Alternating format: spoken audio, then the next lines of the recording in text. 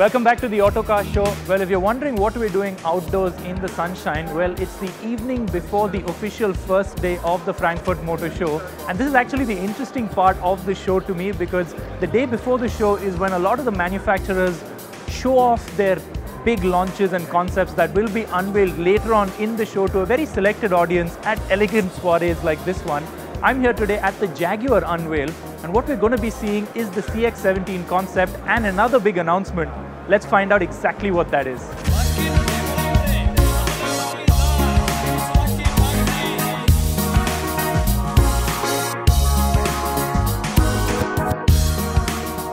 Looks absolutely smashing, doesn't it? Well, it is, and that is the CX17. That's Jaguar's first attempt at a crossover, an SUV, call it what you will, and really in concept form that looks spectacular. But while that concept is not really slated to make it to production, it is a showcase for the versatility of Jaguar's new lightweight aluminium platform, small-size lightweight aluminium platform. And the big news out of this unveil is also the fact that the first vehicle on that platform will be a new sporty sedan that will slot in just under the XF in Jaguar's lineup. That car will be ready to go and hit the roads by 2015.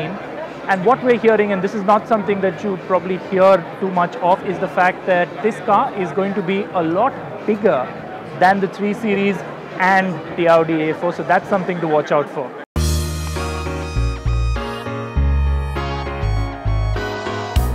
I said to the team, what we have to do here is create a Jaguar that is like a crossover, and not a crossover that is styled like a Jaguar, because if you approach it that way, it doesn't quite come out right. And what we did actually is take a lot of influence from the F-Type, use a lot of the form detail from the F-Type and that sense of sensuality, and try and apply it to a completely different proportion. This car would not be here if it didn't look and feel like a Jaguar. I would have made sure of that. It had to really look and feel like a Jaguar, and people do see that. So it's been an interesting journey though.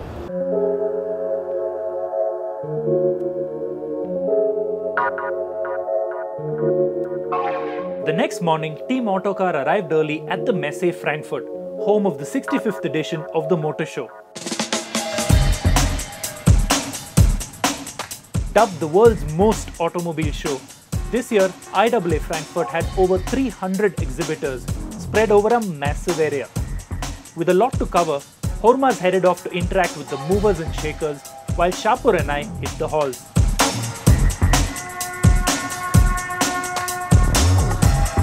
One of the first press conferences of the day was at Jaguar Land Rover, where Jaguar's CX17 SUV concept made its official debut alongside the new Range Rover and Range Rover Sport hybrids.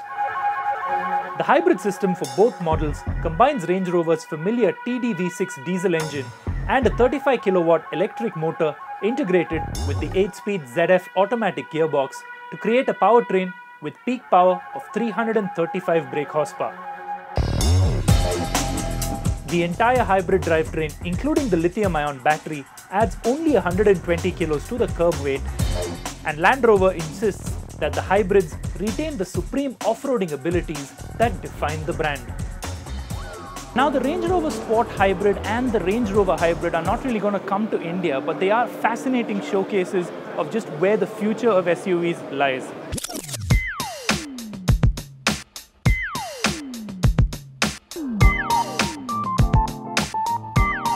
Jaguar Land Rover competes head-to-head with Germany's big 3 luxury car makers, Audi, BMW and Mercedes-Benz. And the massive stall sporting the 3-pointed star had a showstopper that will garner a lot of attention in India.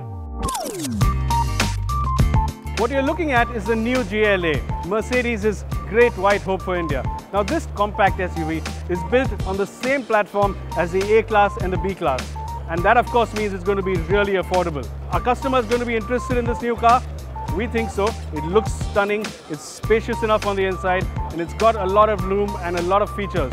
Now the GLA is based on the same wheelbase as the A and B class. It's 2700 mm, and Mercedes have had to be pretty clever in how they made the rear seat. So while there's not too much room here, they've been pretty smart in configuring it.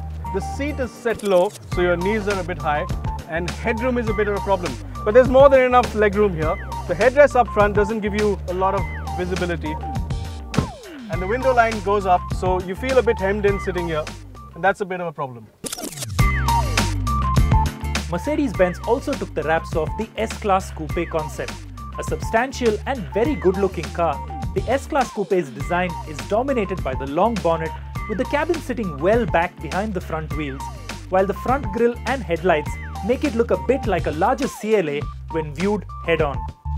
The concept is powered by a twin-turbo V8 that develops 449 brake horsepower and 71.3 kgm of torque. A short walk across the Messe were Mercedes' great rival Audi, also with a spectacular stall. But there were two concepts there drawing all the attention. Aggressive, full of slashes, compact. This is Audi's new quattro concept. Now quattro is central to what Audi are. It's their four-wheel drive system, but here not only do you get the twin-turbo V8, the 520 horsepower engine, you also get electric drive. That helps give you 700 horsepower. 700 horsepower in this really compact, lovely four-wheel drive car. It's going to be something special once it comes out.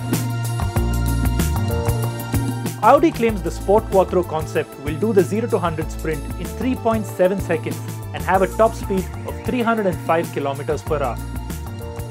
Joining it in the spotlight was another stunning red low-slung sports concept, except this one had a twist.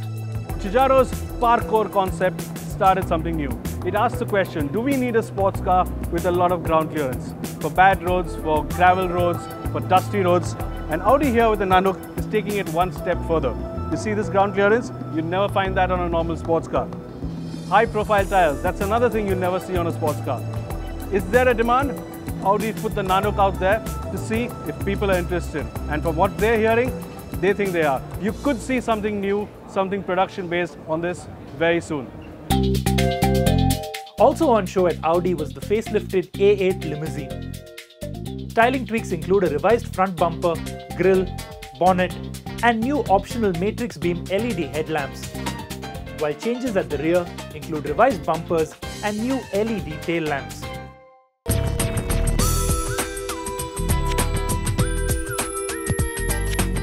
Over at Volkswagen, the focus was firmly on electric vehicles, with global debuts for the e-Golf and e-Up, while down the hall, Porsche showcased the production-ready version of its hybrid supercar.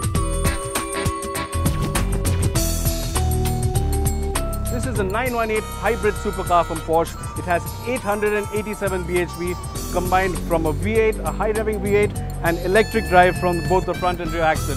You can drive it in electric mode only, you can combine the power, and Porsche say it's one of their best cars ever. Can't wait to drive it. Another VW Group brand with a strong presence at Frankfurt was Skoda, and of specific interest to Indian eyes was the company's compact SUV. This is Skoda's facelifted Yeti. What's different is that the big fog lights from the front, they're missing. You of course get the new grille, the new Skoda grille, sharper headlights, and a slightly more solid chin. It looks different, it looks a bit more upmarket, and it's a bit more interesting. They also have a more rugged version called the Outlaw, but this is one they call the Yeti City. Also catching the eye at Skoda was this RS badged pram, complete with spectacular alloy wheels and a familiar blue sedan, also bearing the RS badge. Skoda's already got the new Octavia in India, but this 220 horsepower VRS is something we'd really love to drive. It's really punchy, it's really quick, and it now comes with a fantastic DSG box. I think it'd be just perfect for India. The Euro-Asian Renault-Nissan alliance also had two exhibits that we will see in India. At Nissan, it was the global unveil of the new X-Trail. While the outgoing iteration of this SUV hasn't really made waves in the Indian market, the new X-Trail with its aggressive and sophisticated styling will certainly make an impression. Meanwhile, over at Renault's Romanian affiliate Dacia, we caught sight of a new look on a familiar silhouette. If you like the Duster, you're absolutely going to love this new facelift that Dacia has done. There's new attractive looking multi-part headlights, a very techy grille, a new chin. It just lifts the whole car, makes it much more attractive to look at. We just love it. Renault can't get it soon enough to India.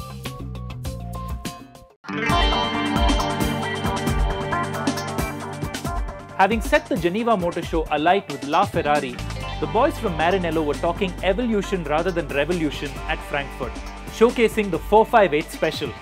An extreme version of the 458 Italia, the Special points the way to several technical innovations that will be found in Ferraris of the future, and it looks special too. Over at the end of the Messe Frankfurt complex, BMW was offering test drives of its new electric city car, the i3. And we also caught sight of the new X5 that will come to India soon. But the superstar of the stall, and arguably the entire show, was the production spec i8 hybrid supercar.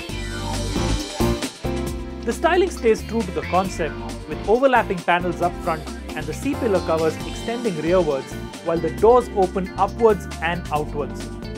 The rear wheels are driven by a new 1.5-litre 3-cylinder turbocharged petrol engine that produces 228 brake horsepower, while a 128 brake horsepower electric motor sends power to the front wheels.